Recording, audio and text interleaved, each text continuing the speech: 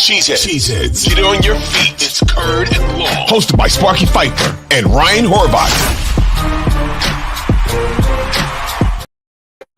Welcome in another edition of Curd and Long. Steve Sparky Fifer with you. Wisconsin Sports Daily, weekday afternoons, 2 to 5 on 1250 AM. The Fan. He is Ryan Horvat. BetMGM tonight, along with Nick Shue and Trista Crick weeknights. While the games are going on, they give you some in-game betting advice, talk about what you can do in the second part of games, talk about what's going on in the West Coast games, make future bets, and take care of all of your betting needs over there at MGM tonight, part of the BetQL network. You can stream them. You can stream me.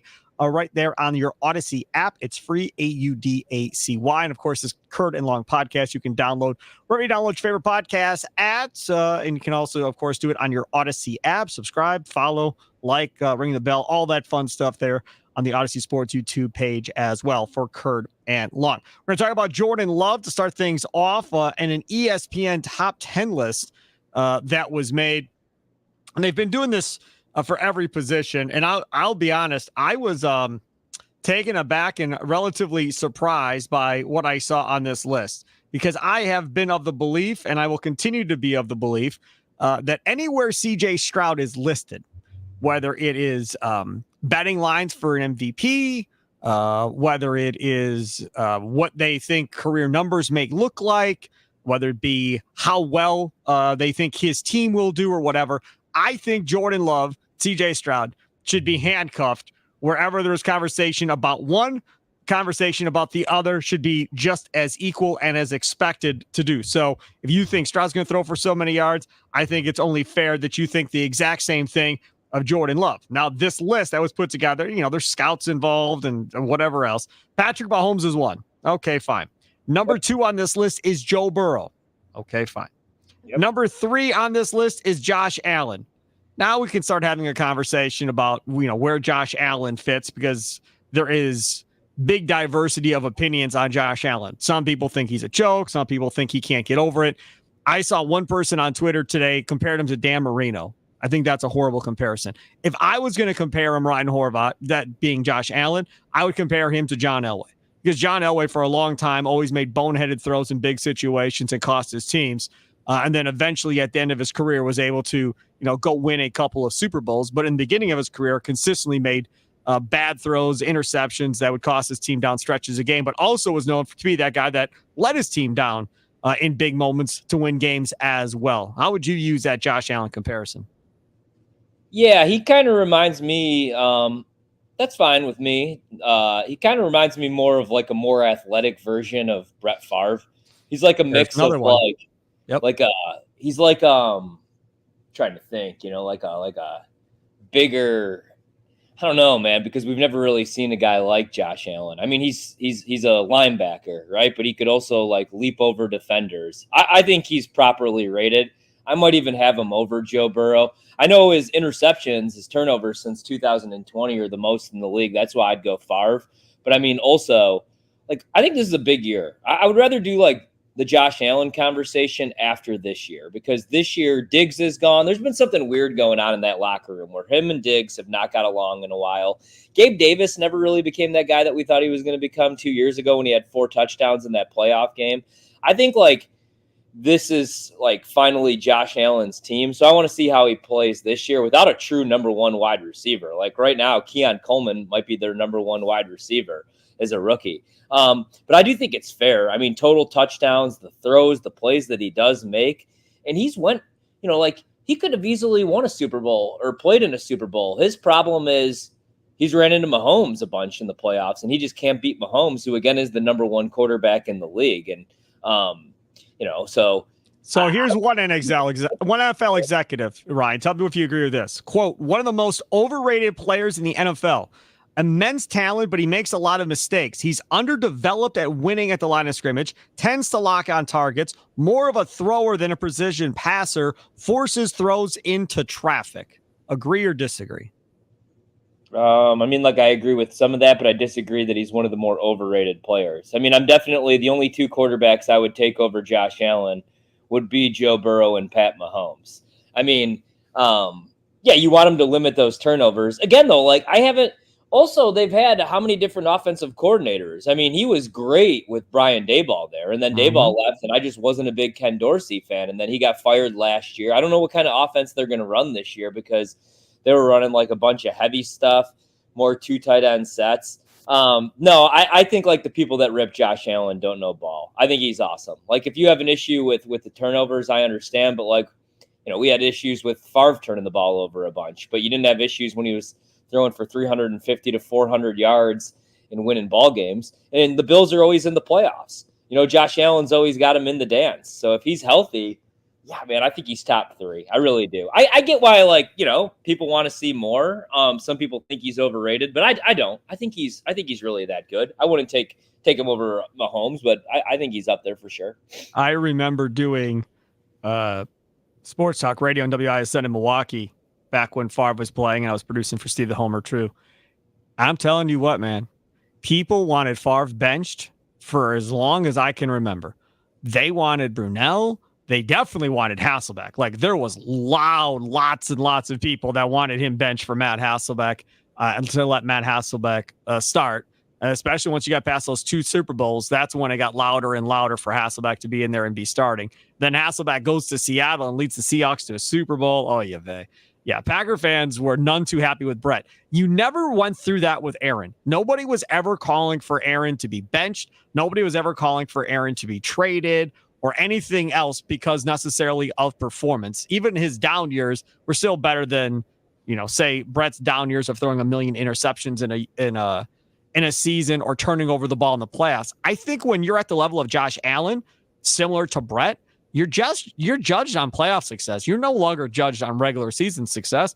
And you could take that to the NBA as well with Giannis. Same thing. Like, can't stay healthy for the playoffs, dude. I mean, it's great that we're here, but if you can't stay healthy, you're never going to get out of the playoffs to get yourself back to another finals. When you reach a certain level of excellence or greatness, then you're judged on championships and rings and what you do in the postseason, I think. And that's where people are with Josh Allen.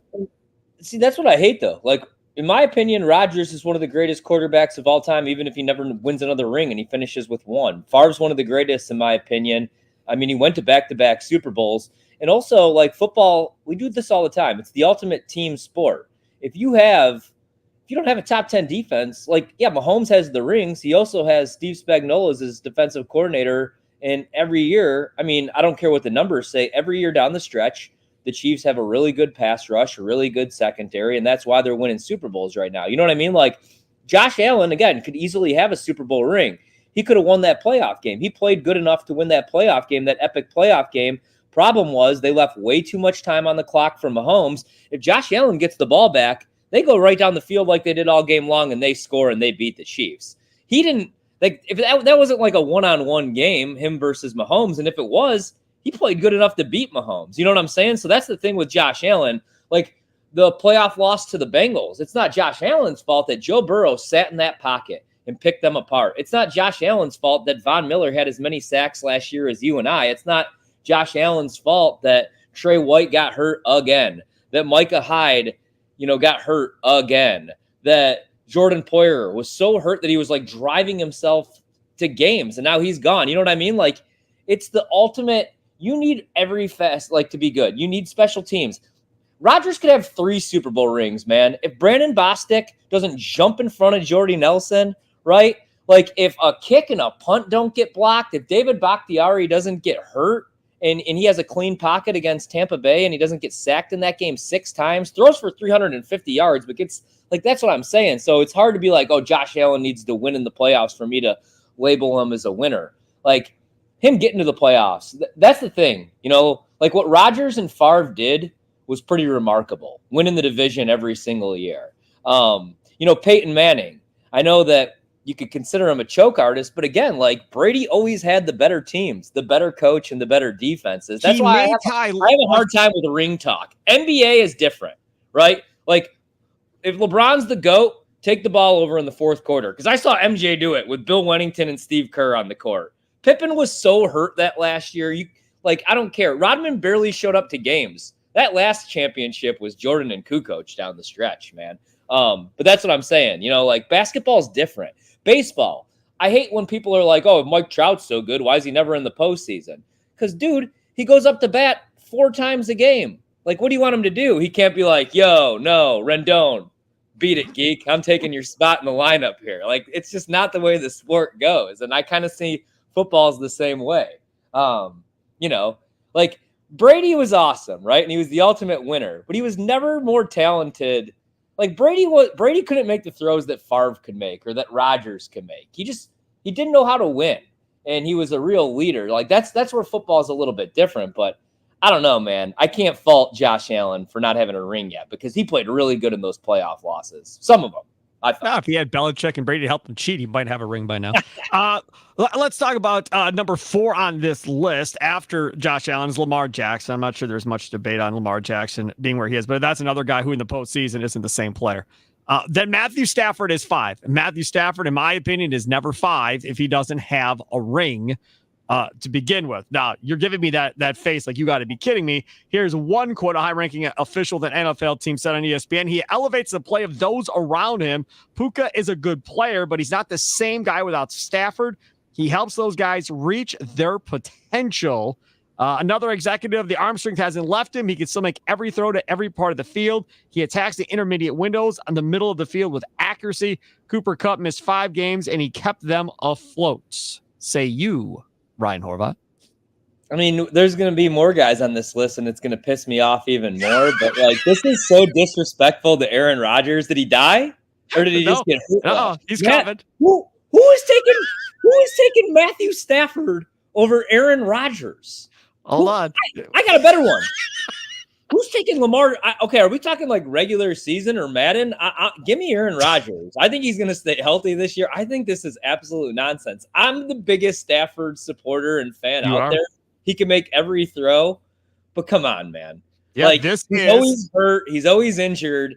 He won 1 Super Bowl on a dream team, right? Rodgers, like, come on. I mean, this is nonsense. Rodgers was taking teams with Ladarius Gunter as cornerback number 1 and James Jones as wide receiver number 1 and leading them to 11-12 win seasons. Okay. So this list is put together by ESPN, yes, but it's not their writers. It's ranked by executives, coaches, and scouts from around the NFL. So before everybody starts yelling at Dan Orlovsky for screwing this up, he had nothing to do with this. This is not his list. All right. Anyway. So Stafford is 5. Number 6, is it Aaron?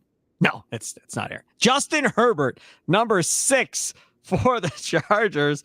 Big, strong, fast, powerful arm, and AFC personnel evaluator said will stare down some targets and try to make some hero-type plays, holding the ball too long and throwing into tight windows. But he has everything you want: touch, velocity, size, athletic ability. And then another one said, NFL personnel director said of Herbert, I think Harbaugh might finally unlock him with more emphasis on the run to support him. Sure, he's got to play bigger in some big games, but he's going on with his 4th different coordinator. It's not always his fault. They've struggled. He is at number 6. So I'm assuming you still want Rodgers ahead of him, correct? Yes? Well, like, yeah, I mean, Herbert's never even won a playoff game. I mean, I love Justin Herbert, but, like, Aaron Rodgers is one of the greatest quarterbacks of all time. Mm-hmm. I might even, and also, like, I know Jalen Hurts had a down year. The whole Eagles team did, but he almost Hurts is not in the top 10. Yeah, I think I'm a big, again, I'm a Herbert guy, but like prove me like anything. I might have to go Hurts. Yeah, this gets good. Next up, number 7. It's not Aaron Rodgers. It's CJ Stroud at number 7. No Aaron Rodgers, no Jordan Love on this list as of yet through 7 here. Again, this is according to scouts and everything else. He's as good as anybody, honestly, a veteran NFC scout said. He's got to do it again, but the arm talent combined with taking care of the ball and the ability to process was impressive. Let's see here. High-ranking NFL official. He's cut down to the throws he would miss in college. The Texans have helped him with play action to find throws, and he's capitalized as a big, strong thrower with elite ball placement. They've made it fun for him. He's number 7. Number 8, your boy, Aaron Rodgers at number 8 on this list. So scouts and executives saw 1 year of CJ Stroud after just ragging on the kid. Like, I'm the biggest Stroud fan out there, right? And I don't want to take your take, but like, how do you have him even above Jordan Love right now, or that much higher above? I mean, we need to see at least 2 years before we start ranking CJ Stroud ahead of Aaron Rodgers. But anyway, go on. I want to hear this. Here's a quote in the Aaron Rodgers piece. Said one AFC exec, he's probably fringe top 10 at this point, but he still has rare ability to throw the football. That hasn't gone away. I think he's got a major opportunity to lift the Jets and show what he can still do. Another one says he has the ultimate hang it in the Louvre throwing motion, an NFL quarterback coach said. That was all the quotes that were in the Aaron Rodgers piece. Number 9, Jared Goff. Number 10, Dak Prescott. Jared Goff? Yes, Jared Goff. Number 9, man. I'm going to go with Jordan Love over Jared Goff. I'm going to go with Dak over Jared Goff. I'm going to go with Hurts. Jalen Hurts 100 times out of 100. Anthony Richardson over Jared Goff. I know, though, that's kind of going back to you've only seen it for half of a year. Correct. I just take away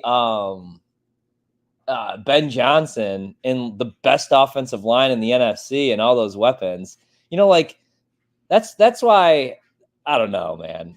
I think this list is fugazi. I think this is all nonsense from me. Okay, so that's 10. Now honorable mentions in order. Brock Purdy, honorable mention. He's the first one. Yeah. Then Brock Purdy, and this says, let's see, quote, an NFC executive. He's very good at navigating the pocket, buying time, using his legs. You're not going to win because of him in most cases. He's a really good system quarterback, says one NFC executive. And I'm not a huge Brock Purdy guy either. Then Jordan Love after that. An AFC exec said, I think that's real when asked if Love will sustain the play from the second half of the season. Arm talent and confidence and a good system around him. He'll turn the ball over some because he's so confident. He'll miss here and there, but you can live with that. Short sample size, so he's got to do it again, but he will. Then Jalen Hurts. Short sample size. We're going to put CJ Stroud ahead of Aaron Rodgers, Hall of Famer.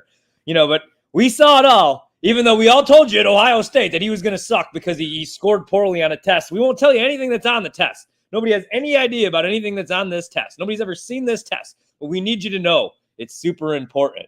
And now all of a sudden we're that high on CJ Stroud.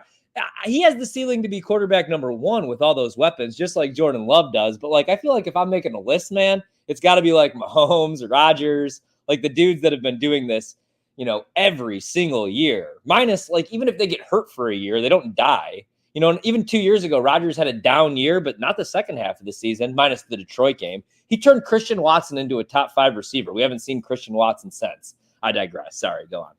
After Jordan Love, Jalen Hurts, then Tua, then Kirk Cousins, Trevor Lawrence, and then not written up, but says also receiving votes, Kyler Murray and Baker Mayfield. So the other ones. You know who I'm going to buy some stock in on this season because everybody's just writing him off is Trevor Lawrence. I've never been the biggest Trevor Lawrence guy, but the talent's obviously there. He's tough as hell. That's what he's proven to me. Like, he's taken a beating, man, on some bad teams. I think he's going to ball out this year, and I think that he's way too low. Who the hell, like, let's say that we're in the backyard and all those dudes are available.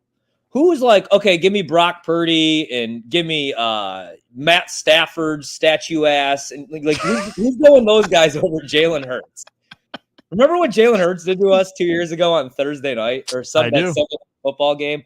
That's going to be – I think the Eagles are going to be really good again this year. I think the problem last year was Steichen left to coach the Colts and Gannon left to coach the Cardinals, and they were left with idiots like Matt Patricia. Now you bring in Vic Fangio to run the defense, and you bring in Kellen Moore to run the offense, and I think they're buzzing and booming again, man. A.J. Brown's been paid, so now he won't be bitching and complaining. Devontae Smith's been paid, so he's not going to be bitching and complaining. And you have Saquon now with that RPO, with that read option game. So I think Jalen's going to be awesome again. I'm not taking Brock Purdy.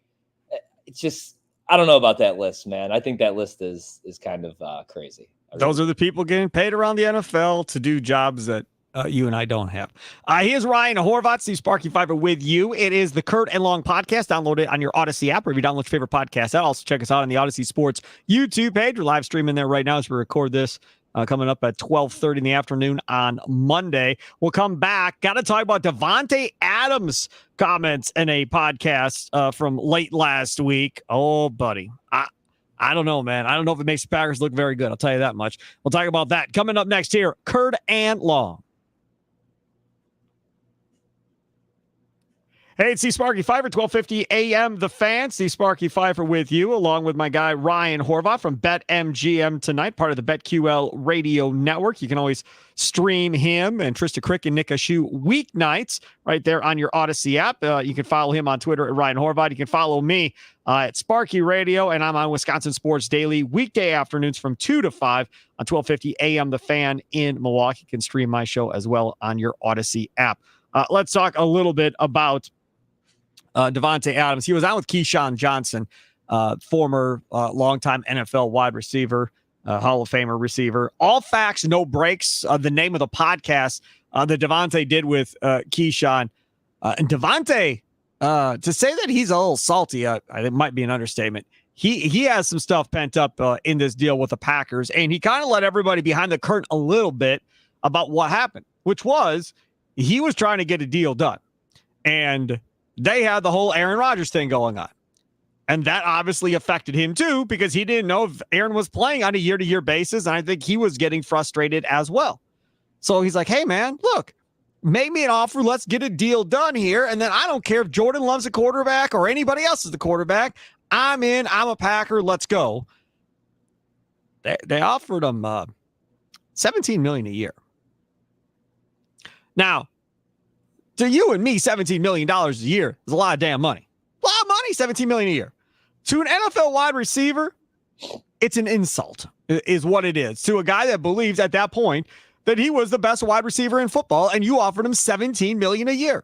So then when you come back to him, after the season is done, after you get Rodgers done and go, oh, here, let's make it 25, after you offered him 17 to begin with, huge insult at that point, and you'd already pretty much broken the trust factor and any bridge that you had between him and you. I looked it up because I wanted to see how off is $17 million. The 10th highest paid quarterback, is DK Metcalf at $24 million. Nico Collins, 24.25. Devontae Smith, 25. Cooper Kupp, 26.7. Now, this is average salary per year. And then Devontae at 28. Then it's Waddle, 28.25. Tyreek Hill, $30 million. Amon St. Brown, who just signed $30 million. A.J. Brown, $32 million. Justin Jefferson, $35 million a year. Now, again, this is, year after the fact, 2 years after the fact, whatever. But $17 million at that point was insulting to Davante Adams. Did the Packers do Davante Adams wrong, Ryan Horvat? Yeah, and I've been the nice guy on this pod, and I've been giving a lot of praise to Mark Murphy and to Russ Ball and to Brian Gutekunst, but no longer. I'm going back to being the heel now because I told you guys all this, and everybody got all pissed. Are you a Packers fan or are you a Rodgers fan? No, I'm a fan of. I'm always going to be pro player, especially when they're a top player at their position in this league, and they should have made Davante the highest paid wide receiver in the league. And also, a lot of you guys owe Aaron Rodgers an apology because for whatever reason, you took Gutekunst's side and believed that nonsense. You believed the suit. You believed the salesman, not the player. Rodgers told you guys this story 2 years ago. He said he went in there and they offered him Christian Kirk money. And Rodgers said, no offense to Christian Kirk, but Davante Adams is the best freaking receiver in the league. He's not Christian Kirk. He told us all this, that this all went down. Now Davante's saying the same thing. The Packers tried to get cheap with the best receiver in the league because he was getting another, he's going to be a little bit older. That's just their way of doing this. Let's not forget that Jordy Nelson was set to make $13 million and they wanted him to make a $12 million pay cut, take a $12 million pay cut. That is so insulting to one of, the top dudes in your locker room. That's just the way that they do things. And that's why, I'm not the biggest Goot guy and Mark Murphy guy. I think they're cheapest. I almost swore. This team should have multiple Super Bowl rings. You know what I mean? Do the Tony Gonzalez deal. Talk OBJ into taking your deal. I don't know, man. I think that they've done this a lot, man. I mean, right? Yeah, but let me ask you that. Rodgers wanted Woodson back one more year, right? They didn't want to pay Casey Hayward. Like, you know what I mean? They finally pay a pass rusher, and it's Nick Perry, $13 million a year. I think they're terrible decision makers, if that makes sense, with their money. So yeah, I knew Perry about was this. Ted Thompson. Rodgers So was told Casey us all Hayward. about this, and now we don't have Davante because of it. So I think but Casey Hayward and Nick Perry and those guys, that was all Ted. That wasn't Goody. But this is the thing. Well, Goody's there. Talk about if they would have paid Davante. So let's say they would have paid Davante $25 million a year. Let's say he takes it. Okay, I'm going to play for $25 million a year, and he's under contract right now for $25 million a year. You are definitely not in a position to do what you did this last offseason. There is absolutely no way possible you're doing that. Plus, then having to sign Jordan Love on top of it. If you do pay Davante Adams that number and that contract, God only knows how many other players would have had to been cut or released or whatever in order to get under the cap when they were trying to get under the cap here the last couple of years with Bakhtiari, who couldn't stay healthy and was hurt. Then the dead cap hits from Aaron Rodgers as well. It really would have created a huge financial burden. And when the video of this came out, I was looking at the comments. Packer fans are like, hey, love you, but we're good. Like this worked out just fine for the Green Bay Packers at the end of the day.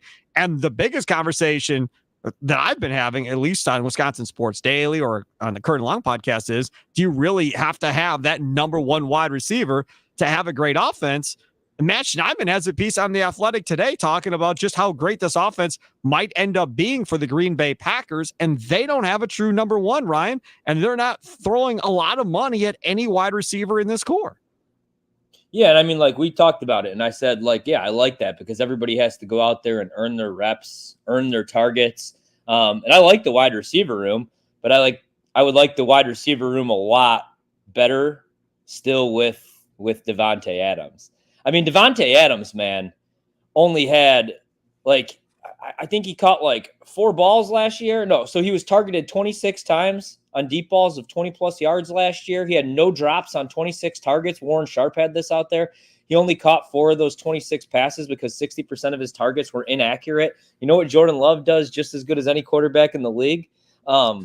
Hits the deep ball. Imagine if he had Davante Adams. I think they probably beat San Francisco. It's not even just that. It's that last year with Rodgers when he's throwing to Christian Watson and Romeo Doubs and the corpse of Sammy Watkins. Packers could have just once again won 13 games. And I know everybody would say, oh, but they didn't win a Super Bowl. Okay, but you get into the dance. You know, they could have easily beat Tampa that year. They were a couple plays away from beating the Bucs. They should have beat the Niners that year. They were in control that entire game. They got a punt and a kick blocked. I mean, that was just fluky. That wasn't fluky. I would rather have Davante Adams than not have Davante Adams. I get he's a wide receiver, but he's one of the best to ever play the sport. He's one of the best ever to play the game, and he was ours. You know, we dealt with the drops. Also, I just like Davante Adams, the dude, too. So, yeah, I think they lowballed him. I think it was nonsense. I don't think he's the first guy that they did it to. I think this is why Rodgers had those comments that he had, and you guys could hate him all you want, but he's going to look out for his boys, and that's why I love football. I like the players. I'm not like, man, I'm so remember 30 years ago when Gutekunst was running the Packers, man? God, what a hero. No, I'm like, remember when Rodgers played with a broken freaking leg? Remember the game where Davante just absolutely cooked Jalen Ramsey and then just was in his ear the entire game, right? That's what I remember. I don't remember, oh man, remember when Russ Ball totally scammed the Rams? You know, remember when he totally scammed Clay into signing a terrible deal? No, I don't care about these suits. I care about the guys out there sweating and giving us their blood, sweat, and tears on that field, damn it. Not these geeks in the front office. Pay Davante Adams. We see the houses that you guys are living in, right? We see the money that this league's making right now. Again, where are the Packers kicking off week 1? Brazil? Yeah. Okay. Pay Davante Adams his money. Insulting Christian Kirk money for Davante Adams. Let me follow up with one other thing.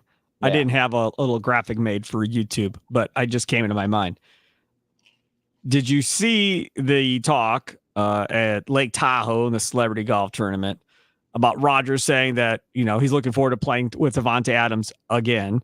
Yeah. Davante Adams talking about, yeah, he's always in my ear wanting to play together, but I'm not leaving. So he's going to pretty much have to come here because I'm not going anywhere else. I'm playing with the Raiders. Yeah, I looked up the numbers on I think it was last Friday's show on Wisconsin Sports Daily. He legitimately could get to New York in 2 years, or to the Raiders in 2 years. So not this year, not next year, but I believe it to be 2026. He would be there at 43 years old. Do you think Rodgers and Davante ever play together again? No, I think Rodgers might spin off this planet by 43, to be honest with you, man. Like, let alone, is he going to stay healthy for this season? If they ever play again, it'll be in New York. And it's so easy for, like, Davante's saying all the right things. Because let's be honest, like the Packers, the one thing they did a solid was they let him go to Vegas. But he went to Vegas not only because he wanted to be close to home, he was playing with his boy. Turned out his boy sucked. Now he's gone, and Derek Carr. And he's playing with these bums, man. Like, Jimmy Garoppolo is not an NFL starting quarterback in the year 2024. He barely was in 2020. Aiden O'Connell, I like him as a backup, or maybe even a third string quarterback. They should have drafted Michael Penix or moved up to get themselves a quarterback, and then maybe you could convince Davante to stay. I'm watching that wide receiver show. Davante's saying the right things in the media, but like, you saw it, man. He goes on that sideline. He's like, I got to get the F out of here. And if he's not going to. If there was any way, the problem is, like, Rodgers is treating this team, this organization, the Jets, that is, like it's Madden. Like, they can't have all these guys. You can't have Bakhtiari and Davante. But yes, if there was a way to get it done, the Jets would get it done probably for Rodgers. And man, imagine, like, just in a perfect world where there was no salary cap, if Rodgers had Davante Adams, Garrett Wilson, a healthy Mike Williams, and Breece Hall, the Jets might go undefeated this season. But I don't think they ever probably play together. But who knows, man? In sports today, you just never really know. I don't think Rodgers will be playing at 43 in Vegas, though. Imagine Rodgers in Vegas, too. Yep. I hear you.